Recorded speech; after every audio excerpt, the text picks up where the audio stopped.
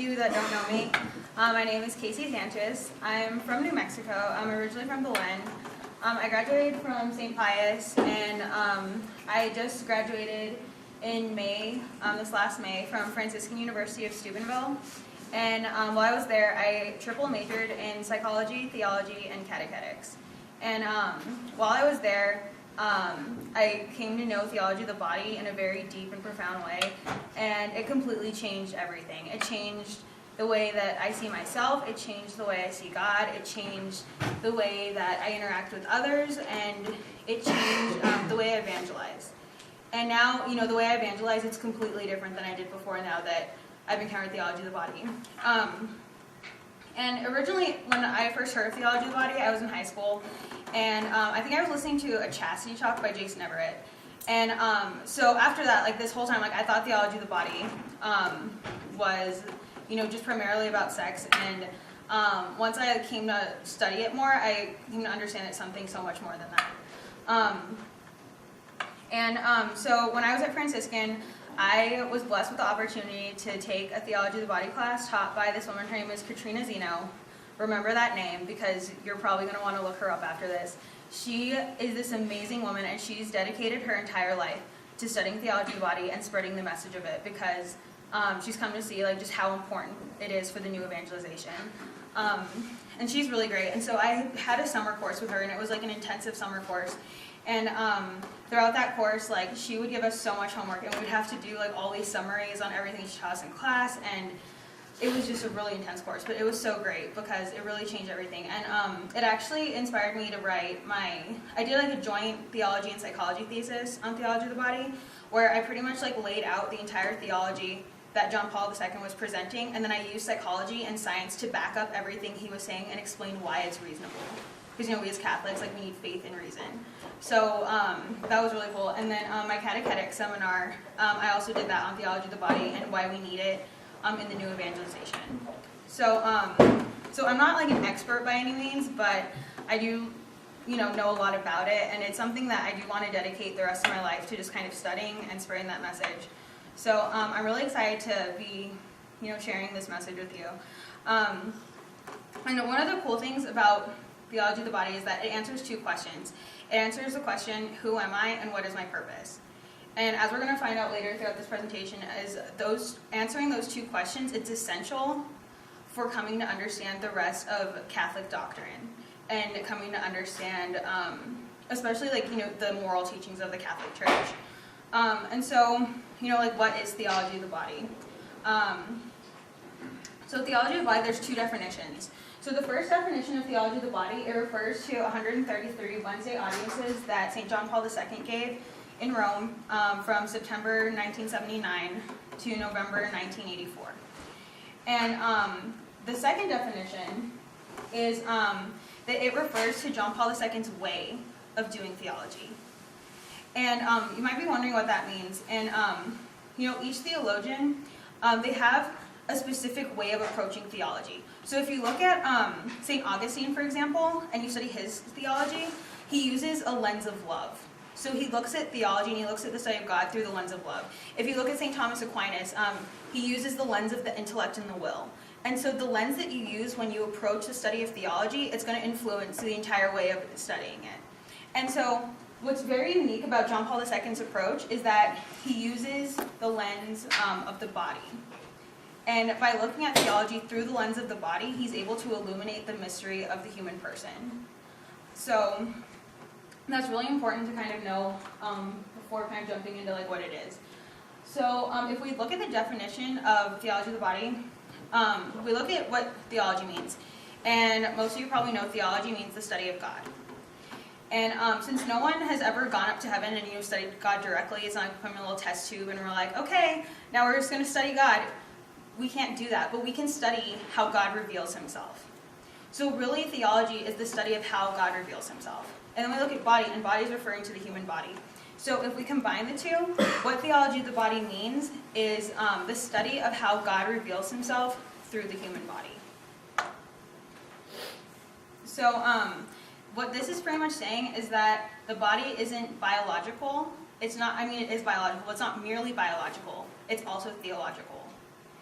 And since man is created in God's image, our bodies are able to reveal something about who God is, and vice versa. Whenever we study God, then we come to know more about what our bodies reveal about him. So it's really cool. And so through studying how the body reveals God, we can further illuminate the mystery of God and the mystery of the human person just by looking at the body, which is really neat. So there's this really cool quote by John Paul II. It says, "The body, in fact, and only the body, is capable of making visible what is invisible, the spiritual and the divine." So let's kind of get into the history of it. So theology of the body, a lot of people don't know this, but theology of the body was actually John Paul II's response to the call of Vatican II. So John the 23rd, in 1962, he said this really cool quote. He said, I'm going to read it, it's kind of long, but pay attention to the bolded part especially. He says, "What is needed at this present time is a new enthusiasm, a new joy and serenity of mind, and the unreserved acceptance by all of the entire Christian faith. What is needed, and what everyone imbued with a truly Christian, Catholic and Apostolic spirit craves today, is that this doctrine shall be more widely known, more deeply understood, more penetrating in its effects on men's moral lives. What is needed is that this certain and immutable doctrine to which the faithful owe obedience be studied afresh and reformulated in contemporary terms. For this deposit of faith or truths, which are contained in our time-honored teaching, is one thing. The manner in which these truths are set forth, with their meaning preserved intact, is something else." So pretty much what he's saying is he's looking, this is in the 60s, so this is the time of the sexual revolution, all this crazy stuff is going on, and he's saying, we need something to reformulate our Catholic doctrine, not change anything about it, but just a new way of presenting it so that people can understand it more, so they can live moral lives, and so that they can live their lives in accordance with truth. And so that's, what the call of Vatican II is all about. And so John Paul II, he took this call of Vatican II very seriously, and that's where theology of the body kind of surfaced. And so pretty much with theology of the body, what he's doing is he's taking Catholic doctrine. He's not changing anything about it. He's taking everything that the church has always taught, but he's reformulating it, and he's using the lens of the body to help us better understand what the church teaches. And so that's really cool. And so a lot of you might be sitting here, you're like, but wait, isn't theology of the body just about sex? And the answer to that is no. It is not. It can't be limited to the study of sex. It's so much more than that, because it's about Catholic doctrine. That's what it's about. And I didn't know that until I took a course on theology of the body. And I had been reading books about it, way before then. And a lot of the books I read were a lot of Christopher West stuff. And he's really great, but he focuses a lot on, the theology of sex, which is really great. But I like that when I took the course with Katrina Zeno, she is first and foremost a catechist, and so she approaches theology of the body from a very doctrinal standpoint. And so she was able to kind of unpack how coming to study theology of the body, you understand all of Catholic doctrine a lot better, not just the church's moral teachings on sexuality. So this is a really cool quote that she said in one of our lectures. She said, "Despite what a lot of people might think, theology of the body is not principally about sex. That's what most people think. Believe it or not, theology of the body is principally about doctrine. That's why it's catechetically rich. That's why it's just waiting there for us to mine its riches for the new evangelization."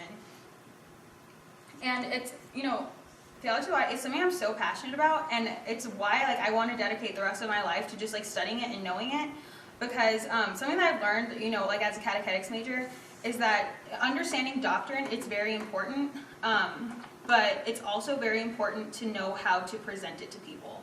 Because you can know the Catholic doctrine inside and out, but if you don't know how to convey that to the current culture, you don't know how to penetrate the heart of man and show them, the beauty and the truth of the church, then, it can only do so much. So this is why this is such an important tool, especially in evangelizing, and also just in deepening your love of the church and your love of the Catholic faith. I know it's definitely, deepened my love for it. So, Another really cool thing that not many people at all know is that theology of the body, it actually, it illuminates the Catechism of the Catholic Church. And when I was a catechetics major, being a catechetics major, it's already like really hard because you're dealing with church doctrine. Like that's not something you can mess around with. And so you have to make sure you get it right. And so our professors, they decided that it would be very important for anyone who's majoring in catechetics, before you graduate, you have to take this comprehensive exam. And it has all these random, phrases from the Catechism, these just random paragraphs that they pick out. And you have to answer, some of them are true or false, but most of them are multiple choice. And then you have to answer, all the ones for multiple choice, they're all like phrased, they're all pretty much saying like the same thing, but they're phrased slightly differently. So there can be like one word that's slightly off. And if you answer that, then you get it wrong. And you can only miss like 4 questions on this entire exam. And if you don't pass it, you don't get your degree. So that's 4 years of studying catechetics, just like down the drain pretty much. You don't get your degree. And so you can only imagine how, what a good friend, the Catechism of the Catholic Church was to me all throughout college. I read it a total of 3 times. And I remember the week before I had to take the exam, I was like, I cannot fail this exam. Like, I need to pass this exam or I'm not getting my degree. And it would be all that work for nothing. So for the 3 days leading up to it, I read the entire Catechism of the Catholic Church. And I hadn't, just read it in its fullness until that time. And it was interesting because when I was reading it, this was after I had taken that course on Theology of the Body. And I noticed, if I was to get both, like, the text of Theology of the Body, this giant thing right here, and I was to put it next to the Catechism, the structure was the same. And John Paul II meant to do that. He meant for it to be about doctrine. He meant for it to line up with what the church teaches in the Catechism of the Catholic Church.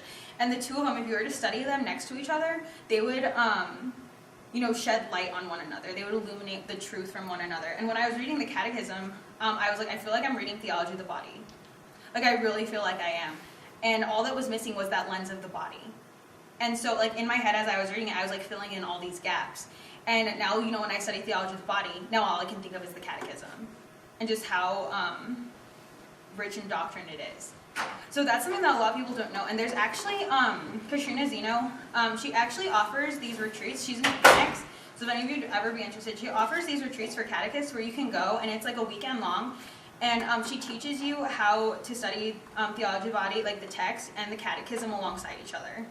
So it's really, really cool. But a lot of people actually don't know that. Anytime someone tells you, Theology of the Body is just about sex, like, you now can defend that and explain to them that it's not, and that it's actually very much about doctrine. So what's really cool about Theology of the Body is that John Paul II, he presents it through this, it's called a Trinitarian anthropology of man. And so it sounds like really kind of intimidating, but once we break it down, it's not that bad. So there's 2 primary verses in Theology of the Body. And remember how I said earlier, it answers the questions, who am I and why am I here? And the first verse is Genesis 1:27. And what it says is, God created man in his image. In the image of God he created him. Male and female he created them. And this is the most important verse in the entire text, because he spends the rest of the time unpacking what that verse means. Look how thick this is.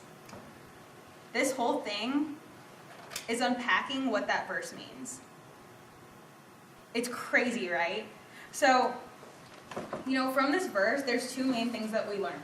We learn that we are created in the image of God, and we learn that he created us male and female. And that's going to serve kind of as the foundation for the rest of his theology as he unpacks it throughout the text. So there's something like really cool about that.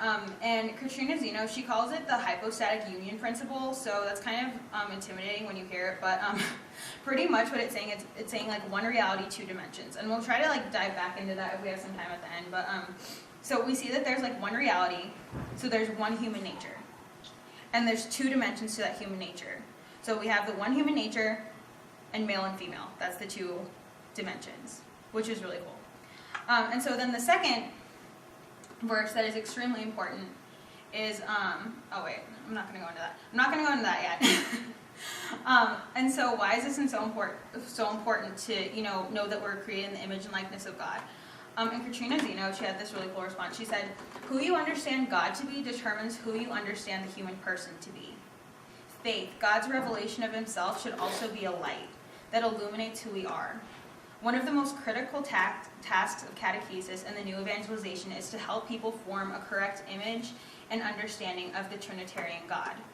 It's absolutely critical." So that right there is extremely important. So can anyone tell me, you guys might not know the answer to this, but you might, what the central mystery of the Christian faith is? What the Catholic Church's highest teaching is? The Trinity. Right, the Trinity. Very good. And that is the Trinity. And it's cool because in catechetics, like one of the things that we learned is that there's like a hierarchy of truths, and everything that we teach as far as doctrine though has to flow from that hierarchy of truths, but it always has to start at the Trinity. The Trinity is a number one thing. It's the foundational part of Catholic doctrine because it's the central mystery of the Christian life. And when you look at Theology of the Body, it's completely centered around the Trinity. Completely. And it's cool because, like right here it says that the Trinity is the source of all other mysteries of faith, the light that enlightens them. So, since we're created in the image of God, we reveal something about the Trinity. Our bodies reveal something about the mystery of the Trinitarian God.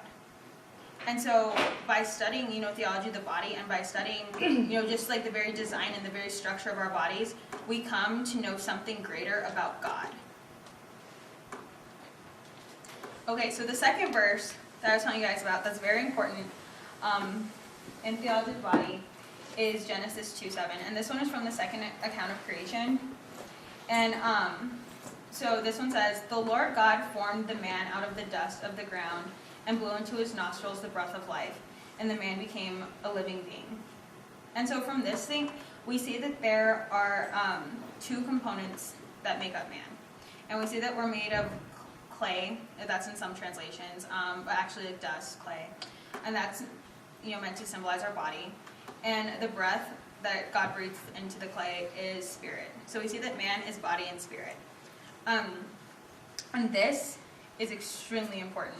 And we'll get into that in a little bit. But that's extremely important, that man is not just a physical being, and man is not just a spiritual being. We're not like angels. We're not just spirit, and we're not like animals, which don't have an immortal soul, but are just matter, just clay, I guess you could say. So once again, we have that principle, the one reality, the two dimensions. The one reality is just the human person. The two dimensions are body and spirit. And so these two things are foundational in answering who the person is. And so one of the things that, when I was taking the class with Katrina Zeno, she said, it's really funny because how like a lot of people say, Jesus came to save souls. Like, has anyone heard that? Yeah, Jesus came to save souls. And she was, she in one of our lectures, she was talking about it. She's like, it's true, but it's not completely accurate. Because Jesus did not only come to save souls, he also came to save the body. He came not only to redeem the soul, he came to redeem the body. And I remember hearing that and was just like, whoa. Because sometimes, people will look at the soul as, just like the most important thing. And they're like, yeah, I'm doing the best thing for my soul. It's for my soul. But once again, we're not just a soul. And we don't have a body. We're we're spirit and body together, not separate. And it's interesting because you look at angels. Angels are only spirit, and you look at animals and they're only body. We're spirit and body, and so we're the only creature that reflects God through the body. And so that's why studying theology of the body is so important. So, on to the next slide. So, real quick, I just wanted to kind of touch on how theology of the body was introduced. So, John Paul II, originally, he was actually, when he was writing Theology of the Body, he was going to publish it in a book. And whenever he, it was John Paul I died, and he went to Rome to elect the new pope. He actually had his finished manuscript in hand because he was just like finishing out a couple things, and he was planning on publishing it really soon. But then something happened, and he was elected pope. And as you know, there's the Wednesday audiences. So like I was saying in the first definition of theology, it refers to the Wednesday audiences. And John Paul II took that opportunity, and what he did was, instead of publishing his finished manuscript as a book, he broke it up. And he broke it up into these tiny little pieces. And for the next 5 years, what he did was he spent the Wednesday audiences unpacking his theology of the body. And why he did that, that's so important. Because there's so many things he could have talked about during his Wednesday audiences. Think of all of the beautiful things that the Catholic Church has to offer that he could have talked about at those Wednesday audiences. But there's a reason that he decided to break up his finished manuscript and talk about theology of the body and what it means to be a human person, and unpacking that mystery of the human person. Because he realized, he looked at it and he said, it's that important. It's that important that this generation learn what it means to be created in the image and likeness of God, because right there, that's everything. Once you understand what it means to be created in God's image and likeness, it changes everything. It changes the way you live your life. It changes the way you see yourself. It changes the way that you interact with others. And it changes just the way that you live a moral life. And so instead of publishing it, he used that time to unpack that. And so that was extremely essential for the new evangelization. And so what's so revolutionary about it is the way he presents the material. And in my class I was taking, Katrina Zeno, she calls this the sacramental worldview, and saying that John Paul II represents a sacramental worldview to a world that is living in a non-sacramental one. And so, a worldview is pretty much the way that we understand and the way that we organize reality. And what we view the world to be. So everyone has a worldview, whether we realize it or not. And the worldview that we have, the way that we think about things, it determines how we approach life. It determines, what we do with our lives. And how we look at and how we approach our lives determines how we approach creation. So it's very important to understand the difference between a non-sacramental worldview and the sacramental worldview. So in order to understand what a sacramental worldview is first, we're going to kind of look at what it's not. So there are 5 essential characteristics, I guess you could say, of a non-sacramental worldview. So the first one is that only matter exists. So pretty much the philosophy of materialism. And this philosophy of materialism, it just drives me crazy because it has caused so many problems. And pretty much what materialism is, in a nutshell, if you could just summarize in one sentence, is it's the philosophy that holds that something is real only if it can be seen and if it can be measured. So the spiritual realm, it doesn't exist. You don't have a soul. When you die, your soul, it's just gone. Because only matter exists. And this is a very popular philosophy among atheists and agnostics and stuff. So the second one is that matter is neutral. And pretty much what that's saying is that matter, the physical realm, has no inherent meaning or goal. So pretty much what that's saying is that your body, it doesn't have a meaning behind it. There's no meaning to your body. There's no goal. It's just there. And so if matter is neutral and it doesn't have any inherent meaning, then who gives meaning to it? We do. Which is really scary. If fallen humanity gives meaning to something that they think is neutral. And we could see that just kind of playing out in our current culture right now, the objectification of the person. And so then the next, characteristic of the non-sacramental worldview, pretty much what our world is struggling with right now, is that freedom is being able to do whatever you want. I do a lot of youth retreats and stuff, and I give a lot of talks to youth groups. And one of the things that we talk about a lot is freedom and what it truly means to be free. And I'll ask them, like, all the time, and I always get this answer. I'm like, so what does it mean to be free? And they're like, just being able to do whatever you want, having no rules, and being able to do whatever you want, with whoever you want, whenever you want. That's what it means to be free. And that's something I hear all the time, and it echoes through the culture's current behavior. And John Paul II, he counters this in Theology of the Body, which is so awesome. And then the fourth one is that if God exists, then he's pretty uninvolved in the world. So it's kind of like this deist view of the world that, if God does exist, he just kind of, created the world and is just kind of like off doing whatever. Like, he doesn't really care. He's not very involved, and he just kind of like left us here. And as we know, that's not true either. And the fifth one is that salvation, the definition of salvation would be being saved from God's wrath. So it's pretty much how much can I get away with and still be saved. That's what salvation is. So that's what John Paul II looked at the world, and that's what he saw. And so then John Paul II, he was like, I need to counter this, because this is not in accordance with truth. Like, I need to counter this, and I need to present this in such a way that it's going to represent a sacramental worldview. And so if we look at the definition of a sacrament,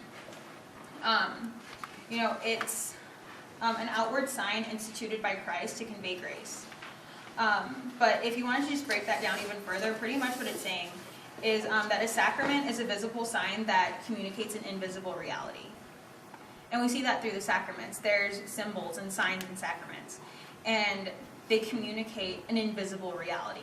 And we encounter that through matter, through the sign, through the symbol. That's what we encounter, that invisible reality, that grace. And so what the sacramental worldview does is, here are the 5 components of it. So with the sacramental worldview, reality is composed of both the visible and the spiritual. We're not just matter, and we're also not just souls. That there's a spiritual dimension to matter. There's a spiritual dimension to the human person, and that we're not just a body. And the second is matter mediates meaning, and this one is one of my favorite things all throughout Theology of the Body, is that matter conveys meaning. So, like, for example, if you were to see someone with a wedding ring on, wouldn't that kind of influence the way that you interacted with that person? I mean, I would hope so. But yeah, it would definitely, because the ring that they're wearing, that matter conveys meaning. What it's saying is that they're married. And so what this is saying is that matter mediates meaning. Meaning that we, like our bodies, our design, it conveys meaning. There's something behind that. It's not just neutral. And if it conveys meaning, we didn't give that meaning to it. So who did? Our Creator. So, and then the third one is that freedom is measured by our capacity to love. And this was a really big theme with John Paul II. And something that is really beautiful, and pretty much, this freedom is measured by self-mastery. And pretty much the more, in John Paul II's Theology of the Body, what he says is that, to the degree that you are master of yourself is the degree to which you are free. The degree to which you are master to yourself is the degree to which you are able to love. Because God is love, right? And so if we're created in His image and likeness, then we are created for love. We're created out of love, by love, and for love. And so our freedom is measured by our capacity to love. And above all, that is through self-mastery. And how contrary is that to, what the current culture is telling us? Because, freedom, especially, with the pro-choice movement and stuff, John Paul II, he was once, confronted about that. How, there's all these, issues going on in the world. There's birth control, there's abortion, and premarital sex, and all these things that are, facing our culture, especially women. And it's promising to free them. And someone, was talking to John Paul II about that, and he said, these things promise to free her, but hasn't it enslaved her all the more? Is she truly free? Or has she just been enslaved all the more by these things that promise to free her? And so he wanted to clarify what true freedom was. And so then the fourth, characteristic of a sacramental worldview is that God reveals himself through creation. And that God is, very involved in creation. So much so that he became man. And he took on matter. And that's like another thing that John Paul II kind of addressed, was that matter is not necessarily bad. Like a lot of people, especially people that have kind of a divided sense of the soul and the body, and think that the soul is the most important thing. And they're like, oh, well, it's just the desires of the flesh. Like the spirit is willing, but the flesh is weak. And they look at that and they're like, yeah, the flesh is bad. The flesh is bad. But it's not. The flesh is not bad. What's bad is concupiscence and the fact that when Adam and Eve sinned, our desires became disordered. And through self-mastery, we reorder those desires and we become free. And with that freedom, our capacity to love expands. So that freedom, it exists for the sake of love. And so that's also just like really cool that he addresses that, because that's something, that's like a problem that I kind of encounter a lot with people, is that they think that their body is so bad, but really it's not. I mean, your body is created in the image and likeness of God. Like God took on matter to show that it was good. What's bad is concupiscence.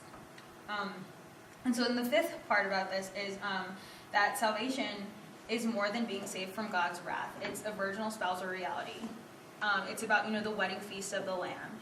It's about being the bride being united to the bridegroom. It's something that's so much more profound than just, not going to hell.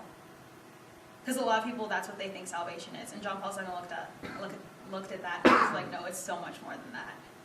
So much more than that. So that's, what's so revolutionary about theology of the body, is that he is representing the sacramental worldview. And that's also just really important with evangelization in general. Like, even if you weren't going to use theology of the body, like, the reason I'm sharing these principles with you is because just whenever, like, you're trying to explain the faith to someone or you're trying to evangelize, like, these basic principles are going to help you do that. Presenting it in a sacramental worldview. And it's easiest to do that through theology of the body because it deals with the body, which is sacramental. And so there was this really cool thing, this quote that Katrina Zeno said, and she said, the reason it was so important to study theology of the body is because theology of the body, it gives us a language. And since it gives us a language to think sacramentally. And if we're able to think sacramentally, we're able to live sacramentally. And if we're able to live sacramentally, we're able to love sacramentally. And by doing that, it changes everything. It changes everything. And so another really important thing about theology of the body is the structure. And so it's divided in half. So the first half is known as the words of Christ. And the reason that it's called the words of Christ is because at the beginning of each section, there's 3 sections in the first half. John Paul II starts off with the words of Christ. He starts off with a direct quote from Christ that he says in Scripture. And the reason he does that is because John Paul II, he saw Christ as the center of the universe. Christ was the center of everything.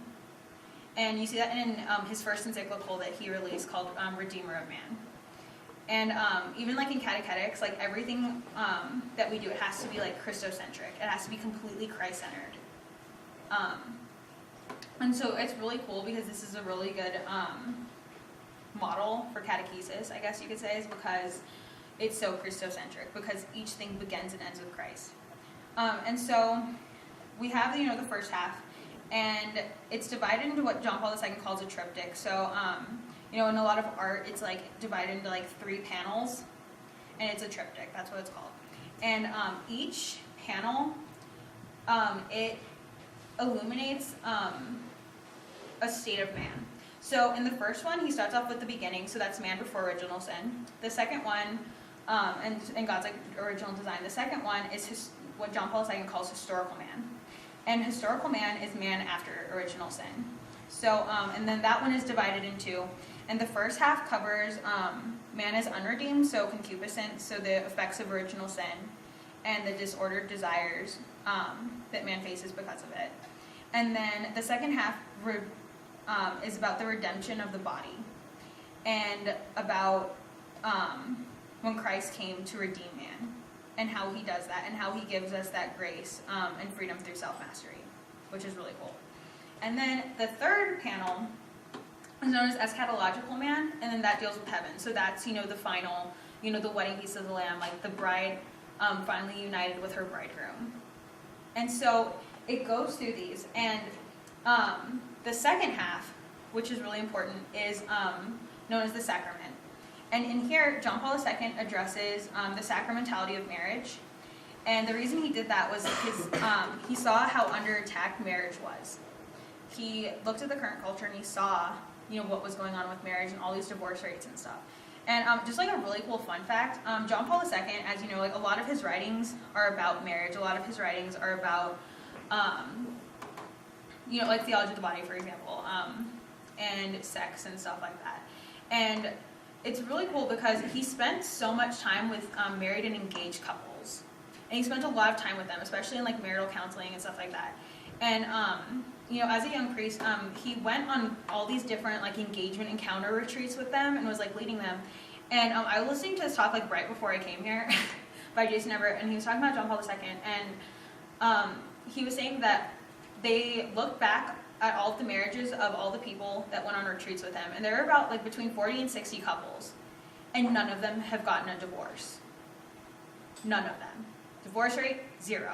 They're all still married, happily married. Which is so cool. And so it makes you think, like, what was he telling them?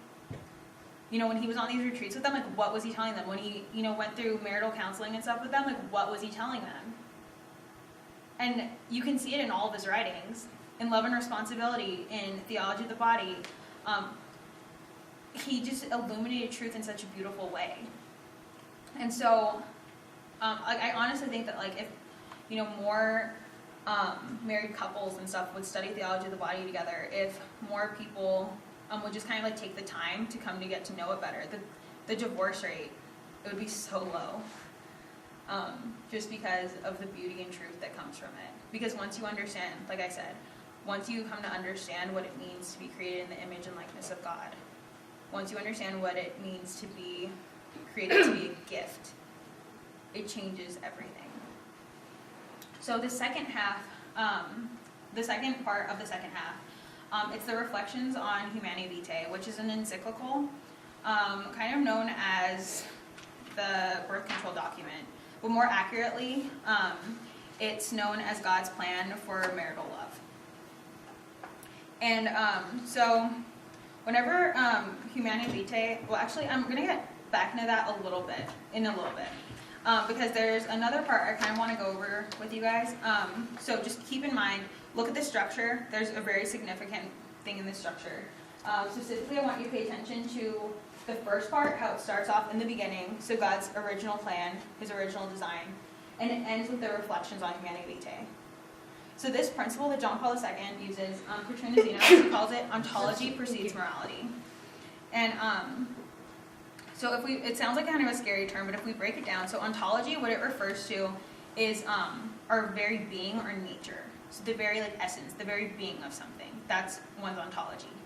It precedes, which obviously means what comes before, and morality. So the difference between right and wrong, the way that you live your life, the right or the wrong way. And the reason that he does it in such a way is that John Paul II realized that we must first understand man's nature in order to know what is right and wrong for that nature. Because if you don't know, what man is, how are you supposed to know how he should act? A really cool analogy I like to use for this. Who can tell me what this is? What is that? Spatula. A spatula, exactly. So what is a spatula used for? Scooping. Yeah, what else? Flipping things. Cooking, right? Sometimes it's good for scraping things off of your stove when you get things stuck on there. I always do. So that's what it's for. And when we look at its design, we can see that, right? That's what it's for. So what if I was to use this contrary to its design? What if one of you invited me to go play baseball and I didn't have a bat? And I said, it's okay, I have a spatula in my purse. I'll just use this. And I got my spatula and I went up to bat and I hit the ball. What would happen to it? It'd break, exactly.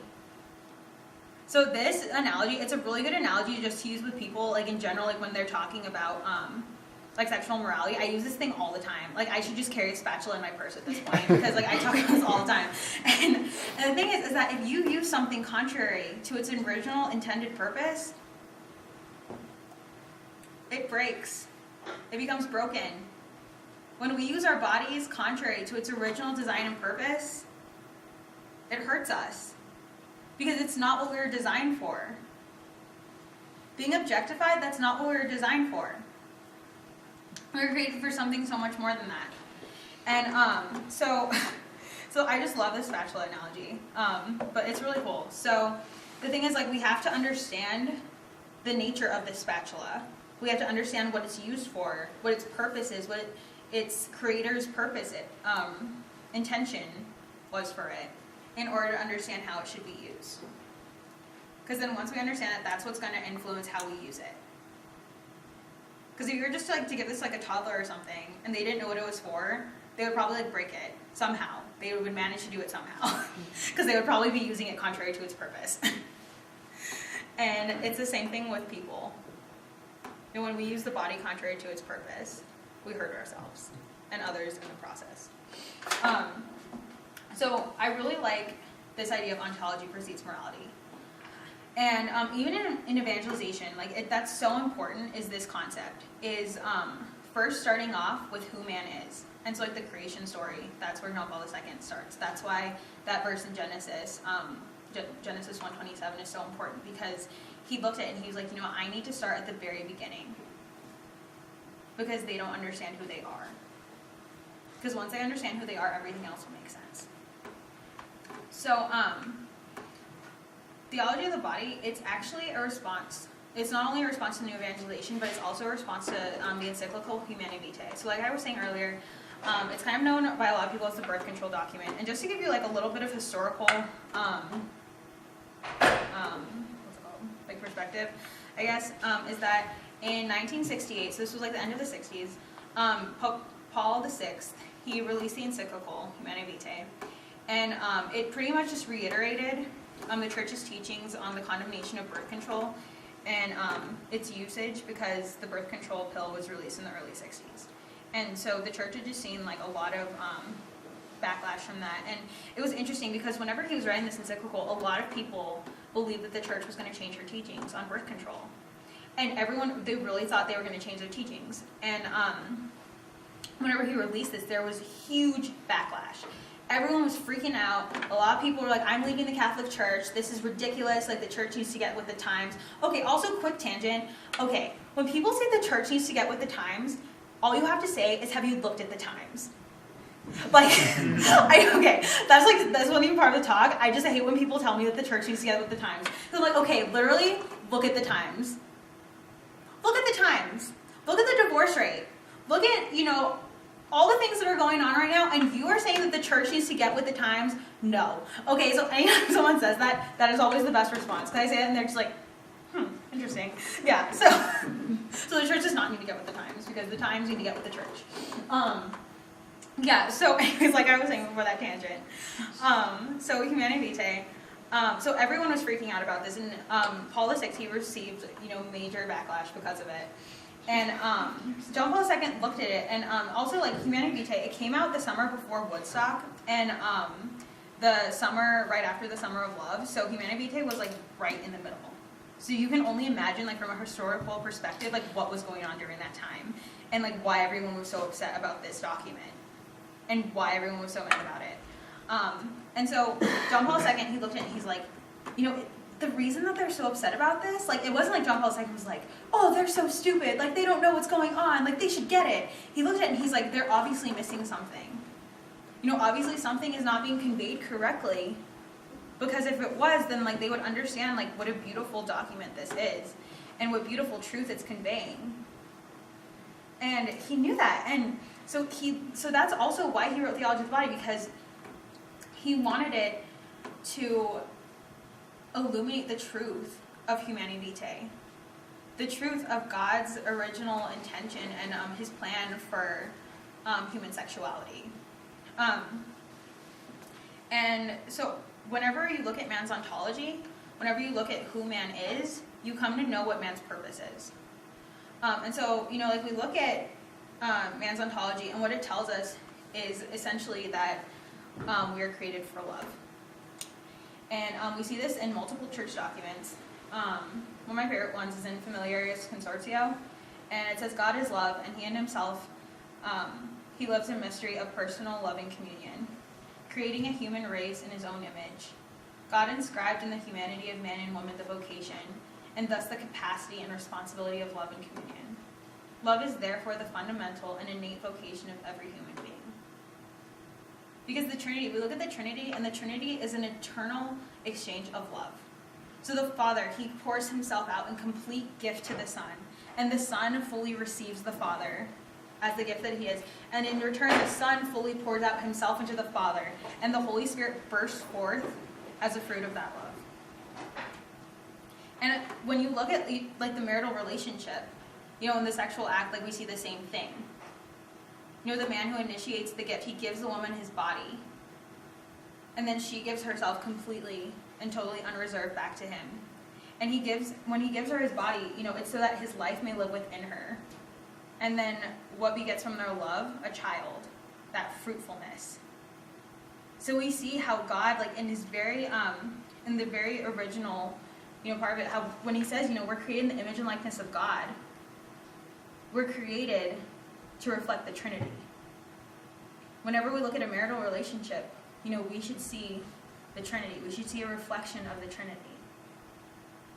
And that's what's also like really cool about the marriage vows is like if you look at the different characteristics of the marriage vows, you're vowing to be 4 things. You're vowing to give yourself totally, faithfully, fruitfully, and freely to that person. And when we look at like Christ's love on the cross, all of those elements are there.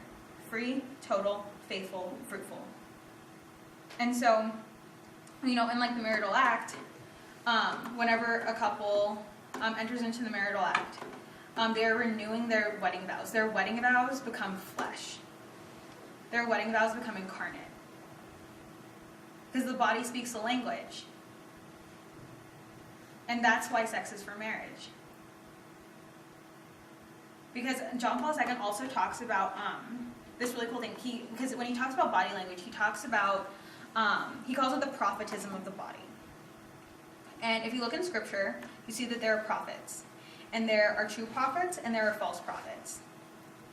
And John Paul II, and a prophet, pretty much what a prophet is that they are conveying a message from God. They're revealing something about God. And so if you look at our bodies are technically prophets, because the body reveals God, right? So we are revealing God with our bodies.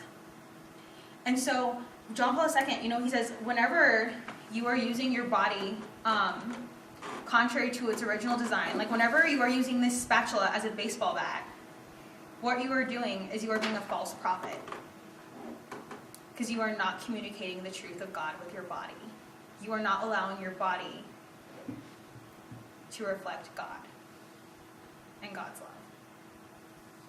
And that's just the tip of the iceberg. Like, Theology, it's funny because originally, like, I didn't know that this was supposed to be about, like, answering the questions like sexual morality until I read the description on the Facebook group, and I was like, oh, I should probably, like, do that. Because normally when I talk about, like, Theology, I kind of, like, talk about, like, what it is. And so, when I was, like, trying to come up with this talk and, like, put it together, I was trying last night especially. I had all this content because I have so many Word documents dedicated to Theology Body. And I'm trying to, like, combine everything, trying to, like, fit it into here and explain the theology to you guys. And, like, I was just sitting there on my bed, and it was, like, 1 a.m, and I was just like, I cannot do this justice. Like, I cannot, summarize all of this in just, like, an hour or so. Like, I can't do that because it's so profound and there's so much to it that, like, I can't do it justice.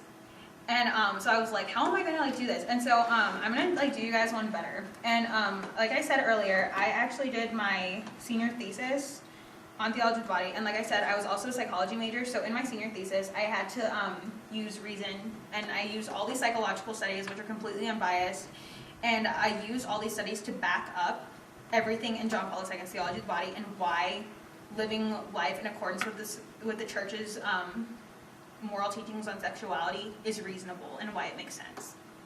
And so I'm going to pass around this sheet of paper, and if you guys would like a copy, I'd be more than happy to email it to you tonight. So just like write legibly, and I will email that to you guys tonight. And that thesis, like, I remember I had the option to do a seminar or thesis, and I just like really felt I needed to write a thesis. And I'm so glad I did, because a lot of times, I'll like meet people, and like we won't have time to go into the theology of like what's going on with theology of the body. So like a lot of times I'm just like, give me your email, I'm gonna send you this. And I'll send them my thesis. And then also, since I'm sending it to you guys, like you guys will have my email, so if you have any questions, like you're more than welcome to email me, and I can answer any questions you have. But it's just like a really good tool for evangelization, especially because there's like reason backing it up. There's actual like scientific studies that prove that people that wait till marriage, their divorce rate is significantly lower. Couples that practice natural family planning. Does anyone know what the divorce rate of couples that practice natural family planning is? Yeah. I could be wrong on this, but is it a half or is it less?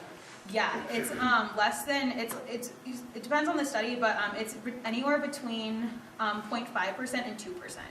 Yeah, so you're about right. And so that's saying something. Like the fact that couples that use natural family planning instead of birth control, that says something about the fruits that it bears in their marriage. So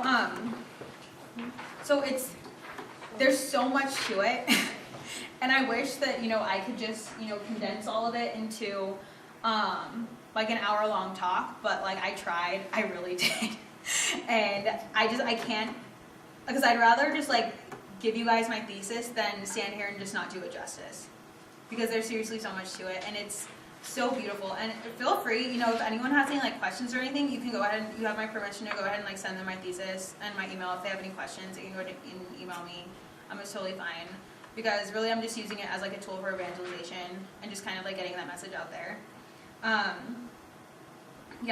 So kind of got a little bit sidetracked there, but yeah. So once again, like we can understand like ontology through design. And that is why I have a spatula with me. I have it like at every single talk I give, because I always give people that analogy of the spatula. And how with the spatula just like represents humanity in our bodies, and how we need to use it according to God's original purpose and his original design, because by doing so, that's when we're the most free. Like true freedom is not being able to use this spatula as a baseball bat. Because then when it breaks, then what? What am I going to cook with? Like a spoon? What am I going to do? It's not true freedom. True freedom is knowing what this spatula is for and using it in accordance with its design, because that's what it's created for.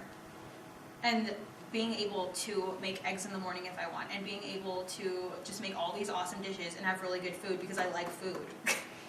because I'm using this in accordance with its design. That's freedom. Freedom isn't being able to do whatever I want with the spatula. Freedom is using it in accordance with the Creator's design. So I really hope that this like just really motivated you guys to just kind of look more into theology of the body. And there's a lot of really good books out there. Actually, this book is my favorite. I'm very biased because Katrina Zeno wrote it. She's just my hero. Like she's incredible. She is so good at explaining things, and she actually developed a curriculum for a confirmation program where she taught like 12 and 13-year-olds about theology of the body. Like it can be taught to anyone because it's church doctrine. It can be taught to people as young as like 5. Like you could teach like little kids theology of the body, because pretty much what theology of the body is in Gaudium et Spes 24, John Paul II says that man cannot fully find himself except through a sincere gift of himself. And if you had to summarize theology of the body in the entirety of theology of the body in one sentence, that would be it. That statement, like right there at the bottom of the screen, that would be it. Is that man is made to be a gift. And we could see that through our very anatomy as being created male and female, that we're created to give ourselves to another. And that we're created to be in union and communion through a perfect and sincere gift of self. And so really, it can be taught to anyone. And even just telling like little kids, like, you're a gift. Like, you were created to be a gift. Like, you are a gift to the world. Like, that's theology of the body. Like, teaching them, using things according to its purpose. That's theology of the body. Like, it's all about doctrine. but just in the way it's presented. And so this book, it's called The Body Reveals God. If you guys want to like type that in your phones or something, this is like the best book that I have found when it comes to studying theology of the body. Because like I even told my professor, I was like, if I become like a youth minister and I'm a minister for like middle schoolers or something, I'm buying this book in bulk and I'm giving it to everyone. Because that's how simple it is. It's so, so simple. And it's not like it's very complex. It's meant to be a study guide. So you see like all my notes in here. But yeah, and she like boxes things out and explains them and explains like all the terms. Because if you try to just read this like on your own, I guarantee you will give up within like the first 2 pages. Because John Paul II uses very complex language because he was so incredibly intelligent. He actually had the gift of split concentration where he could do 2 things and do them equally well. So like people would say that like, someone would be teaching him a foreign language and then he would be in the middle of reading a really dense philosophy book. And he would absorb what they were teaching him in that other foreign language and everything that book was entailing. Because that's how brilliant he was. And so you can only imagine just what his writings were like. And so they're really complicated, but Katrina Zeno, like she's been studying theology of the body her entire life.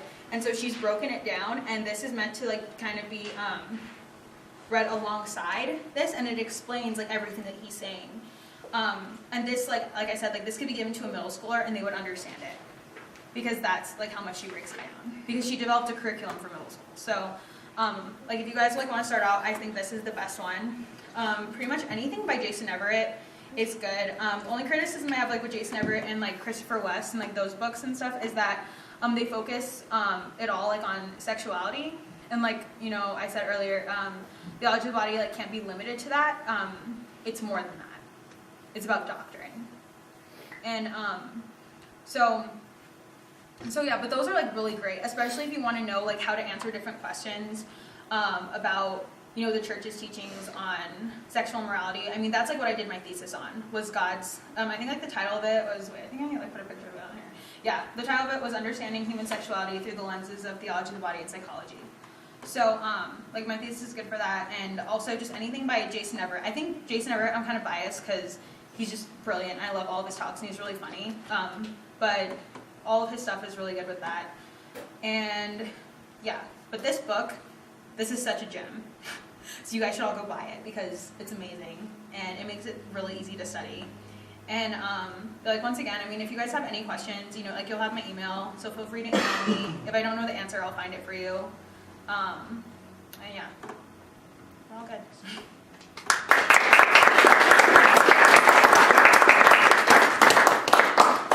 Does anyone have any immediate questions? Yeah. Okay, 2 things. One, are you also familiar with Kristalina Everett? Yeah. And those pure womanhood and pure manhood, and the second question was, sorry, I forgot what I was going to say. Oh, no, you're totally fine. Yeah, but I'm really familiar with them. They're awesome. Yeah, anything by them is amazing. I love all their stuff. Yeah. Are there any other questions? Yeah. I have one. I heard a talk recently from a priest, I forget his full name, but he talked about how the growth of psychoanalysis in psychology has been very detrimental to our understanding of human sexuality and society in general. As someone who's studied both theology of the body and psychology, can you sort of expand on that thought and how the reduction of man to just his material nature in psychoanalysis is contrary? Yeah, because I mean, it all depends, because the thing is like when I was doing like research, like I found like there were a lot of it really depends on like where you get your research from, and it's very important to find your research from an unbiased source. And so that's what took me a lot of time, is when I was like writing it, my thesis was like finding like sources that weren't necessarily like biased. And that was really hard because there were a lot of them that, like they have like an ulterior motive, kind of like pushing birth control and like lying about numbers and studies and stuff like that. And so like as a psych major, like we have to be very careful with our research and stuff. But I mean, it all depends on how you approach psychology, because if you approach it like from a materialistic kind of view and you're just like kind of like when Rene Descartes was like, I think therefore I am. Like that statement, I hate that statement so much because it reduced man to a thinking thing. And we're so much more than that. And like you see the connection with psychology and biology. Like there's a connection there because you see like different things going on with you psychologically, it affects you physically. And like vice versa. Like physical things that you're going through, like it will affect you psychologically. Because we're not just body, we're not just spirit, we're both. And so I wouldn't necessarily say it's like detrimental. I would say that depending on I think what the source is. the priest who was presenting on it was talking about like the classicals, so Freud, Jung, the behaviorist, Skinner, and all of those. Yeah. Well, like with Freud and Skinner and Jung and them, a lot of that was like very early psychology. And psychology, it's developed a lot since then. So I think like whenever you like study it, like you just kind of have to take it with a grain of salt and not take it as like absolute truth. Because I think that's what like the problem is, that a lot of people would look at their stuff and like, oh, this is it. Like this is science. And I'm like, well, not necessarily, because psychology is like very like complex. It's a lot more complex than that. But I think that like just like whenever I like wrote my thesis, like I found that, you know, psychology has actually come in very handy to defending the faith and defending like who the human person truly is in accordance with God's plan. And like even all the studies, like the studies that I found, it was just like crazy, the statistics and like divorce rates and marital satisfaction and just all these things that went into the way that people use their sexuality. And so I think that psychology can actually be very beneficial. I think it's just a matter of how you approach it and how literally you take everything. Yeah, so, cool. Yeah. I walked in a little late, so I apologize if you already brought this up. But how does something like John Paul II's book, Love and Responsibility, factor into this whole thing? Is it kind of the precursor to this, or? I don't know, because I'm trying to remember. I can't remember if John Paul II wrote it before or after. I think it was when he was a cardinal. Yeah, I think it might have been too.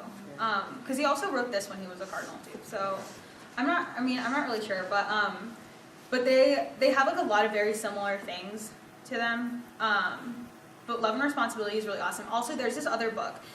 It's meant to be like kind of like a companion book to Love and Responsibility because, once again, like John Paul II's language is really difficult to understand. And if you're not used to reading him, like you definitely want another book to read alongside it. Otherwise, you're not going to understand what he's saying because he like takes terms and he like makes up his own terms. And so unless you like understand, like even in this book, she refers to them as Pope terms. She calls them PTs, and they're like Pope terms. And so something like as simple as the term virginity, like it means something completely different in Theology of the Body, you know. So yeah, but just real quick, there's another book. It's called Men, Women, and the Mystery of Love. It's by Dr. Edward Suri, and he's a professor at the Augustine Institute in Denver. It's by far one of the best books I've ever read in my entire life, and it kind of like breaks down like love and responsibility. So remember that, because that book, it's amazing if you want to know more about that. But that's really good. But yeah, so back to your question. But yeah, because John Paul II, like he even said as a young priest that he fell in love with human love, and he had always just thought it was such a beautiful thing. And so so that, you know, love for human love, like it really influenced like all of his writings. So especially like, you know, Love and Responsibility and Theology of the Body, it influenced both of them. So yeah, so I wouldn't say like one influenced the other. It was just kind of like his spirituality after that. Yeah. One question, which I remember what I was going to say now. Where can you find the book? How much does it cost? Can you like get it at FaithWorks or any Catholic store? Oh, this book? Yes. I'm not sure. I know for sure it's on Amazon. I got it at my school's bookstore because I needed it for the class.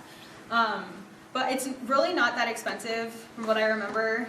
I want to say maybe it's like $11 or something, but I could also be completely wrong, so please don't quote me on that. But yeah, if it's small, it's like paperback, so it's really not expensive at all.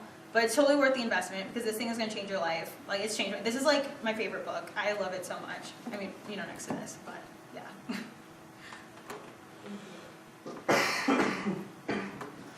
So, are there any other questions? Yeah.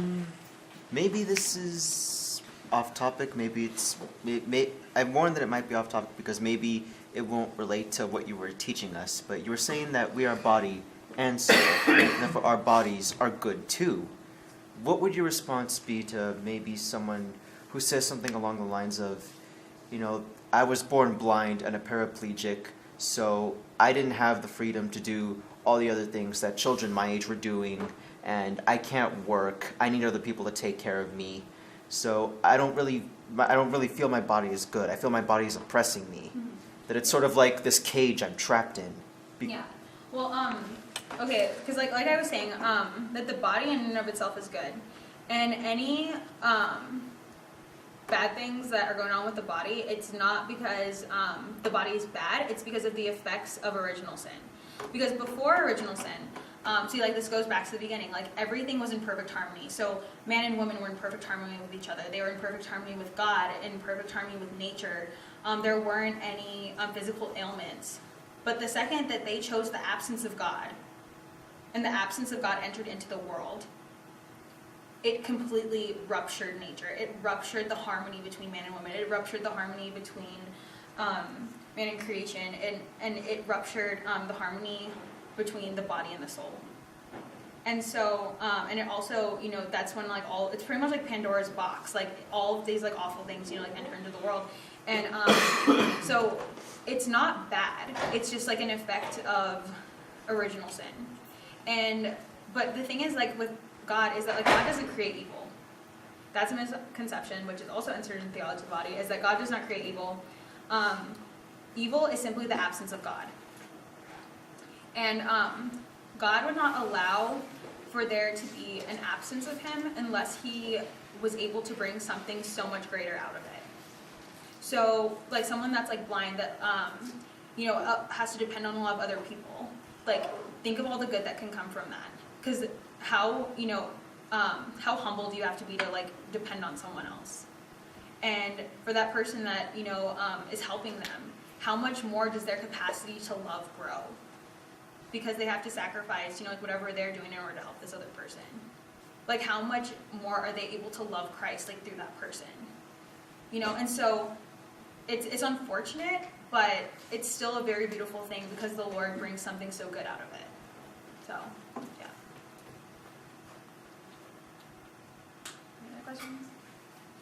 I had like an apologetics question, and I got into a pretty big debate with somebody. It was like the one time that got me really flustered was like, really, what is the difference between natural family planning and contraceptives? They both accomplish the same thing, and both are kind of manipulating, you know, your wills. One's just a pill form, another one is just the same exact thing. Yeah. Except Yeah, that's actually answered in my thesis. Like I did like almost like the whole second half on it.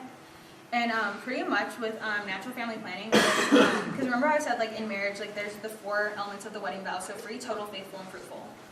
And with natural family planning, what happens in like contraception is like, yeah, you could be giving yourself freely to that person and be on contraception, and but you're not giving yourself totally to that person because you're withholding your fertility.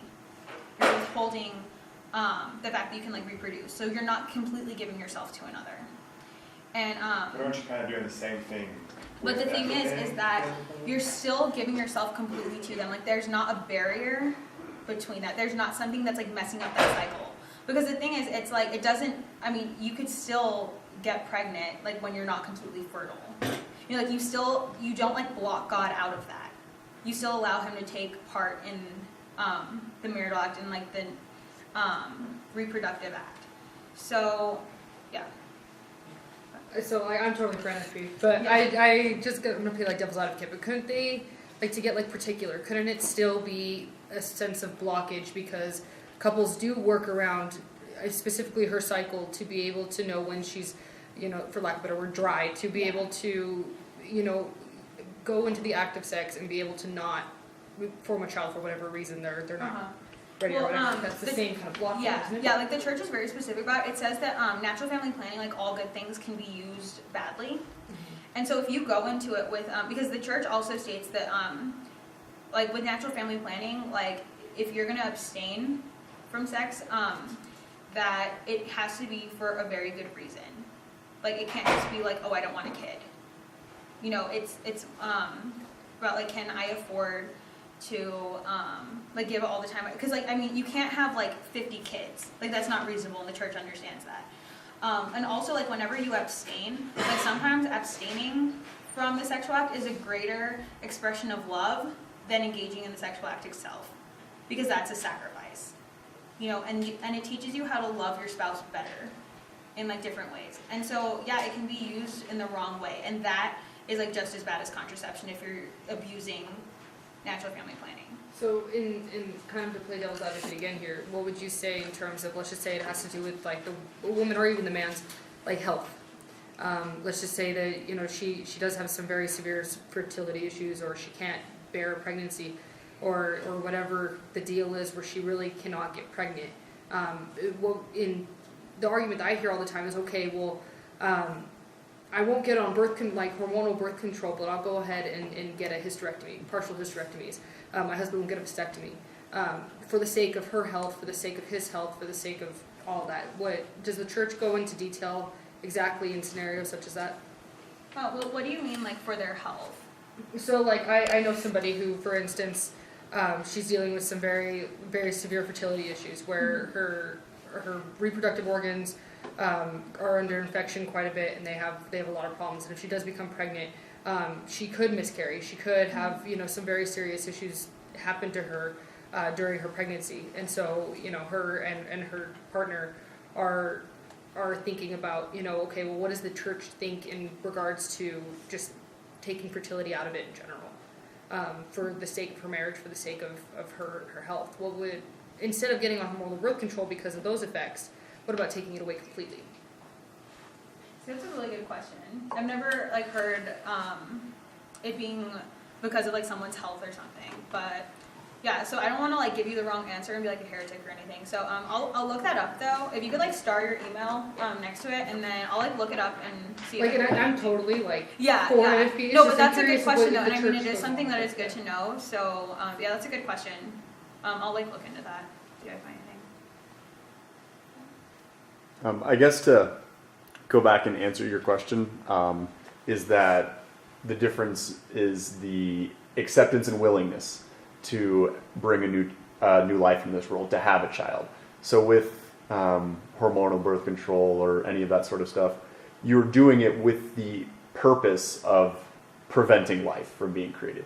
But with natural family planning, if you're doing it correctly and with the right mentality, then you know, even if you're trying to avoid having a child for financial or medical or whatever reasons, that the possibility is still there. And it's the possibility that's sort of the linchpin in all of this.